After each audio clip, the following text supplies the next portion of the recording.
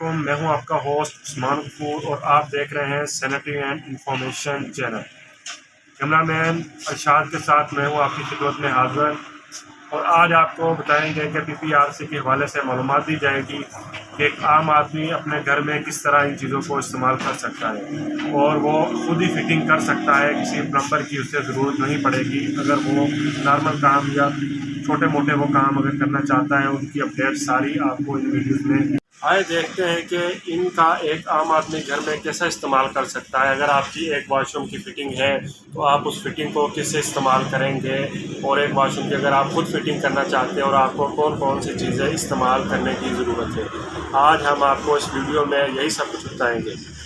अगर एक वाशरूम की आपको फ़िटिंग करनी है खुद ही, तो उसके में 25 की फ़िटिंग, जिसे पौनी भी कहा जाता है, सिर्फ वही इस्तेमाल होगी। एक 25 के बाद 32 होती है, एक वाशरूम में वो 32 की फ़िटिंग इस्तेमाल नहीं होगी। वो सिर्फ आपका 25 का ही सामान जितना भी दरकार होगा वो वही इसमें इस्तेमाल होगा। आपको बता देते हैं कि इसमें क्या क्या चीज़ें इस्तेमाल होगी। सबसे पहली चीज़ है ये एल्बो। इसे हम एल्बो भी कह देते हैं, मोड़ भी कह देते हैं। ये एल्बो कहाँ पर इस्तेमाल होता है? ये एल्बो अगर दीवार में मोड़ आ जाता है, जब एक चीज़ ऊपर या नीचे जाने के लिए इस्तेमाल होती है, तो ये वहाँ पर मोड़ का इस्तेमाल होता है। तो ये वो मोड़ है जिसे हम एल्बो भी कह देते हैं और पंजाबी में मोड़ भी कहा जाता है इसको।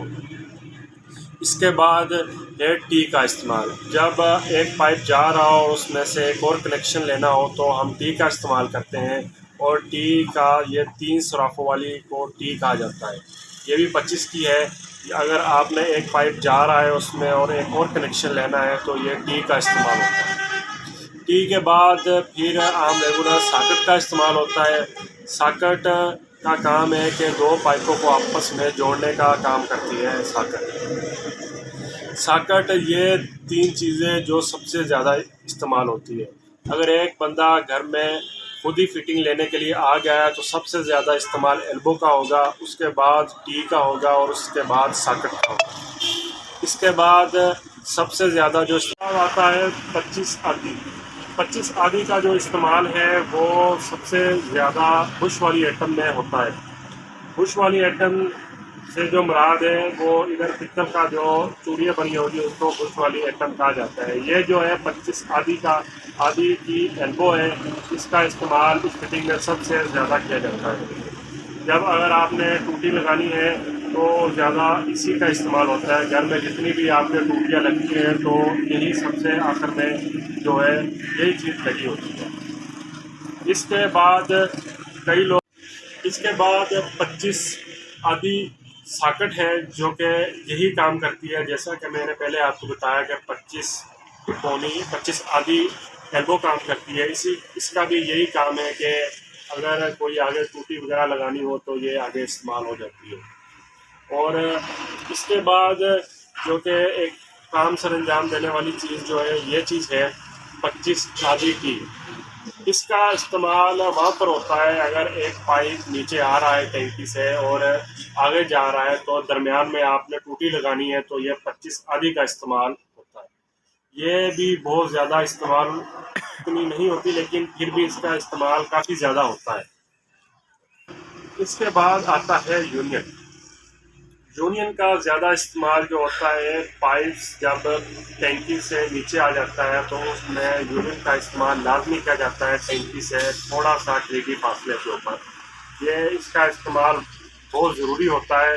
अगर आपको बालों का टैंकी खोलनी है या टैंकी चेंज करनी पड़ जाए या 3 या 4 साल बाद आपको टैंकी चेंज करनी पड़ती है तो इसका इस्तेमाल बहुत ज़रूरी होता है, क्योंकि ये पाइप के दरमियान खुल जाता है और खुलने के बाद टैंकी अलग हो जाती है और दूसरा पाइप अलग हो जाता है।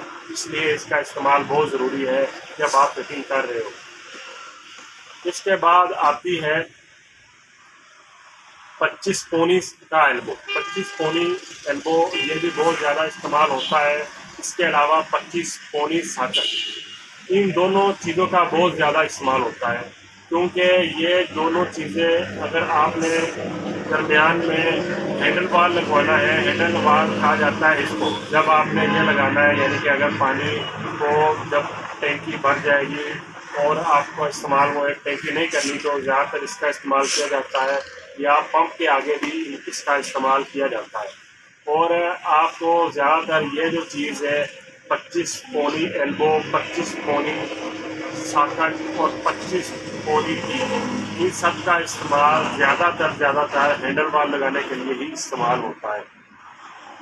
हैंडल वाल आप अगर लगाने लगे तो हैंडल वाल ये जहन में रखें कि इस अच्छा होना चाहिए, अच्छी कंपनी का होना चाहिए, ताकि ये खराब भी हो जाते हैं, बाद में आपको मसला ना पेश आए, फिर आपको बहुत मसला पेश आता है।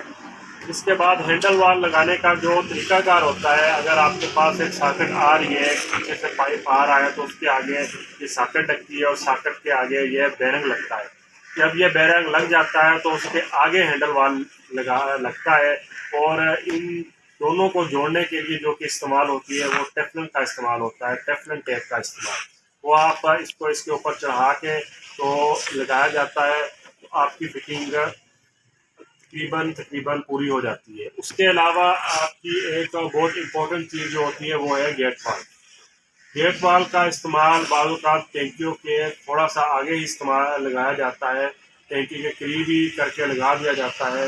ये बहुत इम्पोर्टेंट चीज़ है, जो कि अगर आपकी टैंकी भर जाए और आपने इस्तेमाल नहीं करना तो ज़्यादातर गेट वाल लगते हैं। गेट वाल का फ़ायदा ये होता है, अगर बाज़ औक़ात ये चीज़ लीक हो जाए तो ये चीज़ भी न्यू मिल जाती है, इसलिए आपको इसकी टेंशन लेने की ज़रूरत नहीं है। कि कई भाई होते हैं कि वो इसका इस्तेमाल नहीं करते कि ये जल्दी ख़राब हो जाता है, लेकिन इसका ऐसा कोई मसला नहीं है। ये बहुत अच्छी लगाने के लिए ये बहुत ठीक चीज़ है। इसके बाद आता है हैंड कैप। हैंड कैप, अगर आप पाइप जो है पाइप जा रहा हो और एक साइड पे अगर आपने बंद करना है पाइप को हमेशा के लिए, तो ये चीज़ आगे लगा दी जाती है ताकि बाद में पानी का कोई मसला ना हो। इसके बाद ये है प्लग। प्लग का ज़्यादातर इस्तेमाल अगर आपने अगर एक जगह पर टूटी लगानी है और आप वहाँ पर अभी टूटी नहीं लगाना चाह रहे, जैसा कि अभी आपको बता देते हैं, जैसा मैंने आपको पहले बताया कि 25 आधी की एक एल्बो है और ये है 25 का पाइप।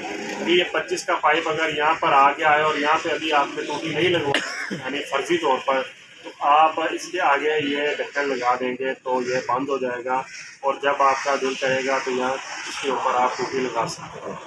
उसके बाद वाल सॉकेट, जो कि इसका एक आम फिटिंग में जो इस्तेमाल होता है,